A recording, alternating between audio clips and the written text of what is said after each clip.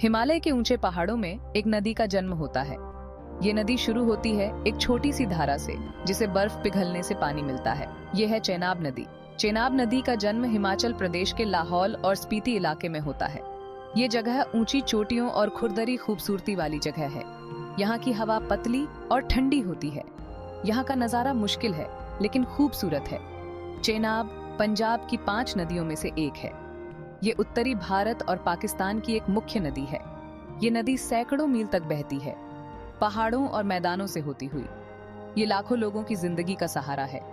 चेनाब खेती, पीने और उद्योगों के लिए पानी का स्रोत है। चेनाब नदी हिमालय के पारिस्थितिकी तंत्र का एक महत्वपूर्ण हिस्सा है। ये कई तरह के पौधों और जानवरों को जीवन देती है। ये नदी कई तरह की मछलियों, पक्षियों और स्तनधारियों का घर है। चेनाब जीवन और सुंदरता का स्रोत है। चेनाब नदी बहते हुए बड़ी होती जाती है। इसमें कई सहायक नदियां आकर मिलती हैं। ये सहायक नदियां छोटी नदियों की तरह होती हैं, जो चेनाब में आकर मिल जाती हैं। ये इसकी मात्रा और ताकत को बढ़ाती हैं। चेनाब की कुछ मुख्य सहायक नदियों में झेलम नदी, रावी नदी और सतलुज नदी शामिल हैं। झेलम नदी कश्मीर घाटी से होकर बहती है। ये पाकिस्तान में चेनाब में मिलती है। रावी नदी हिमाचल प्रदेश और पंजाब से होकर बहती है। ये पाकिस्तान में सिधनोई शहर के पास चेनाब में मिल जाती है। सतलुज नदी चेनाब की सबसे लंबी सहायक नदी है।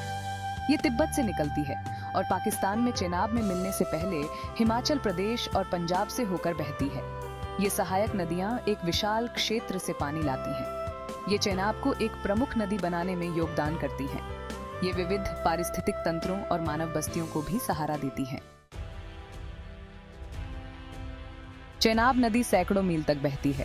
ये भारत और पाकिस्तान से होकर जाती है। भारत में चेनाब हिमाचल प्रदेश और जम्मू और कश्मीर राज्यों से होकर बहती है।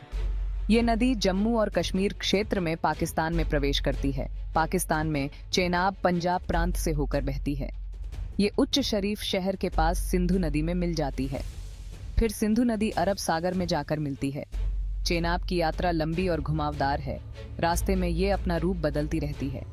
ऊंचे हिमालय से लेकर पंजाब के मैदानों तक चेनाब नदी एक महत्वपूर्ण जलमार्ग है। ये लाखों लोगों के लिए जीवन और जीविका का स्रोत है। ये नदी प्रकृति और मानव समाज के आपसी संबंध की याद दिलाती है। भाग 4, चेनाब नदी पर बांध और परियोजनाएं। चेनाब नदी एक शक्तिशाली बल है। लोगों ने इसकी ऊर्जा का उपयोग करने के लिए बांध और बैराज बनाए हैं। ये संरचनाएं नदी के प्रवाह को नियंत्रित करने में मदद करती हैं।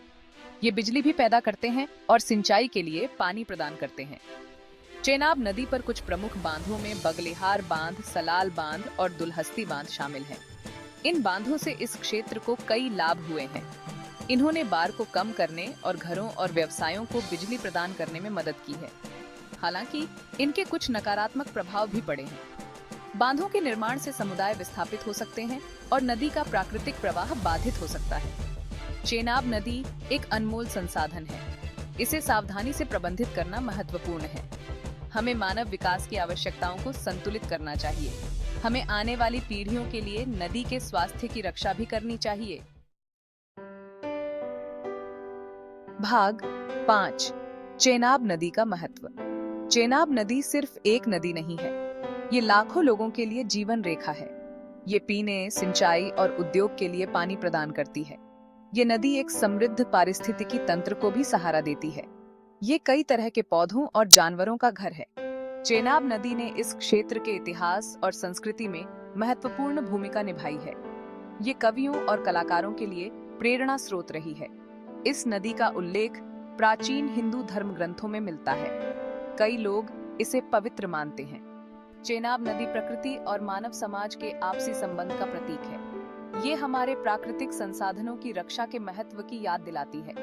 हम अपने अस्तित्व और कल्याण के लिए इस नदी पर निर्भर हैं।